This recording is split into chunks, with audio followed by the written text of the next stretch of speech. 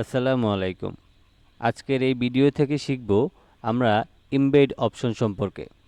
এই এমবেড অপশনটা খুবই গুরুত্বপূর্ণ। আপনি যদি এই এমবেড অপশন সম্পর্কে না জানেন, তাহলে আপনি যদি কোনো কাজের ক্ষেত্রে ইমেজ ব্যবহার করতে চান, সেক্ষেত্রে অনেক ধরনের ঝামেলা পড়বেন। ফর এক্সাম্পল, আমি আপনাদেরকে এ টু জেড ক্লিয়ার করে বুঝাই দিচ্ছি, যাতে আপনারা সহজে বিষয়টা বুঝতে পারেন। ধরেন আপনি এখানে একটা রেক্ট্যাঙ্গেল শেপ নিলেন। এইটা ধরুন আপনার একটা ব্যানার ডিজাইন। এখন এখানে আমি আলাদা আলাদা কালার দিয়ে নিলাম এবং ধরেন এখানে আমি যে কোনো কিছু লিখে নিই। ওকে, তো এটাই ধরেন হচ্ছে আমাদের ব্যানার। এখন এই ব্যানারের মধ্যে আমরা এই লেখাটাকে এই পাশে রাখবো। এখন আমাদের যে কোনো একটা ইমেজ হয়তোবা আমাদের এখানে ব্যবহার করার প্রয়োজন পড়তে পারে। এখন তো ধরেন আমার এই ধরনের একটা ইমেজের প্রয়োজন। এখন নর্মালি আমি যদি এটাকে ধরেন এখানে বসায় দিলাম, বসানোর পর এখন আমি যদি আমার কম্পিউটারে এটাকে সেভ করি, নর্মালি কিন্তু এটা আমরা সহজে ব্যবহার করতে পারবো। একটা জিনিস খেয়াল করবেন, এইটা হচ্ছে আমাদের ভেক্টর রেক্ট্যাঙ্গেল শেপ এবং এগুলি হচ্ছে আমাদের লেটার, এবং এইটা হচ্ছে গুগল থেকে ডাউনলোড করা একটা ইমেজ। তো এখন এই অবস্থায় যদি আপনি আপনার এই ব্যানারটাকে সেভ করেন, সেভ করার পর আপনি যদি এই ফাইলটা অন্য কাউকে ওপেন করতে চান বা এই ফাইলটা অন্য কাউকে আপনি দিতে চান, তখন যদি এই ফাইলটা কেউ ওপেন করে এই ইমেজটা সে দেখতে পারবে না। কেন দেখতে পারবে না? কারণটা দেখেন, ধরেন এই যে আমার এখানে এই জেরির যে ইমেজটা রয়েছে, এই ইমেজটা কিন্তু আমি আমার কম্পিউটারে ডাউনলোড দিয়ে রেখেছি। এজন্য আমার কম্পিউটারে এটা শো করবে, কোনো সমস্যা নাই বা কোনো সন্দেহ নাই। কিন্তু যদি আপনি এই যে ব্যানারটা রয়েছে, এই ব্যানারটা যখন আপনি অন্য কাউকে পাঠাবেন, অন্য কারো কম্পিউটারে কিন্তু এই ইমেজটা সে আগে থেকে ডাউনলোড করে রাখে নাই বা রাখবে না বা থাকবে না, এটা স্বাভাবিক। এখন আপনি যখন এটা তাকে পাঠাবেন, তখন কিন্তু সে এই লেখাটা দেখতে পাবে এবং এই রেক্ট্যাঙ্গেল শেপটা দেখতে পাবে। এইখানে জাস্ট একটা চার কর্নারের শেপ দেখতে পারবে, কিন্তু এই ছবিটা সে দেখতে পারবে না।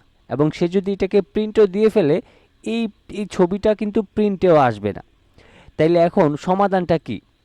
সমাধানটা হচ্ছে, প্রথমে দেখেন এই যে আমরা ইমেজটাকে যদি আমরা সিলেক্ট করি, দেখেন এখানে একটা ক্রস দেখাইতেছে।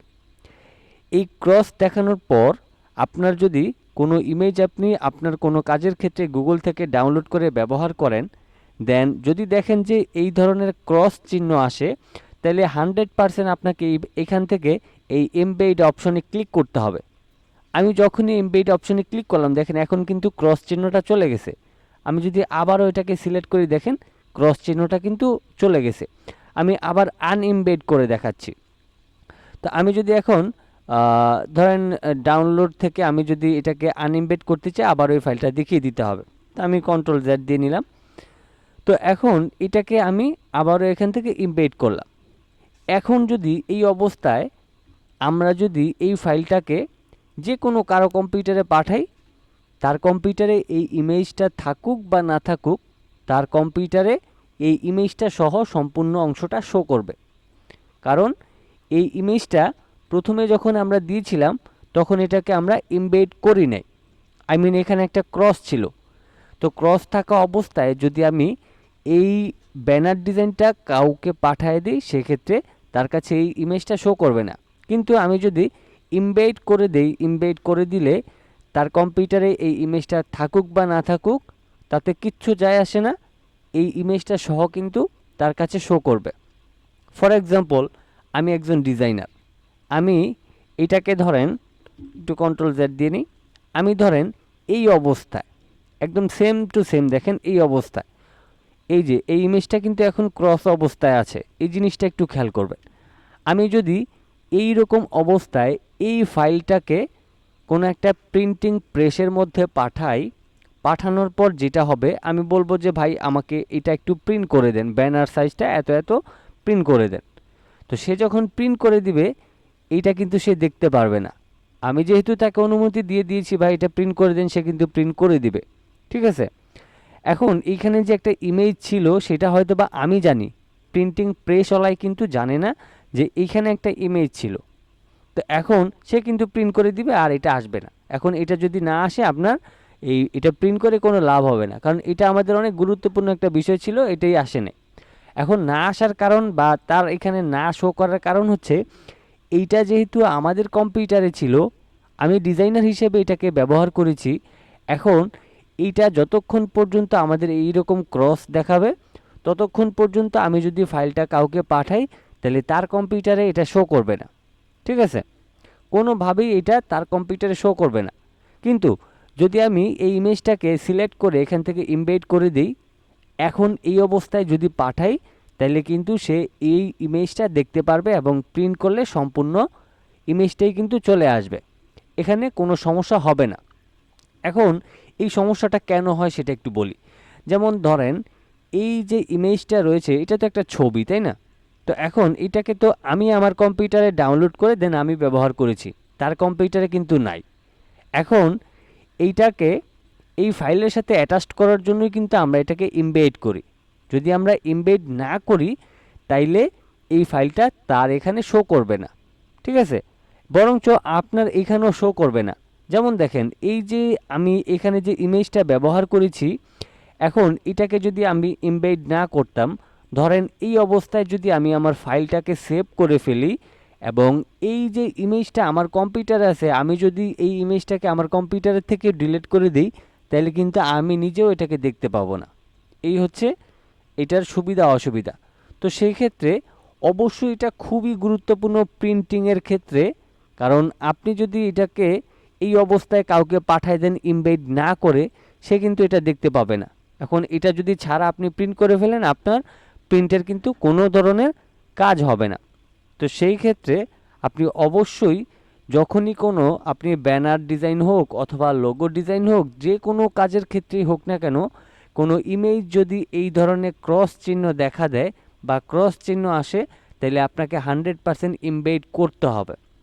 এমবেড করার পরে দেন আপনি এই ফাইলটাকে অন্য কাউকে পাঠাতে পারবেন, তাতে কোনো ধরনের সমস্যা হবে না। তো এই হচ্ছে আমাদের এমবেড অপশনের কাজ। এটা অবশ্যই অনেকেই জানতেন না, আজকে আমার এই ভিডিওর মাধ্যমে জানতে পেরেছেন আশা করতেছি। তো যারা যেই কোনো ধরনের কাজই করেন, আপনি লোগো ডিজাইনের ক্ষেত্রে হোক বা একটা ভিজিটিং কার্ডের ক্ষেত্রে হোক বা একটা ব্যানার ডিজাইনের ক্ষেত্রে হোক, এই ধরনের ইমেজ যখন আপনি এই ধরনের ক্রস চিহ্ন আসবে তখন অবশ্যই এটাকে মনে করে আপনি এখান থেকে এমবেড অপশনে ক্লিক করবেন।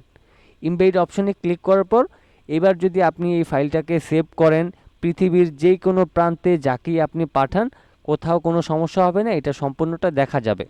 কিন্তু আপনি যদি এই ইমেজটাকে এই অবস্থায় অন্য কাউকে পাঠান তাহলে কিন্তু সে এই ছবিটা দেখতে পারবে না, জাস্ট এখানে 4 কর্নার একটা বক্স দেখতে পাবে আর কিছুই কিন্তু এখানে শো করবে না।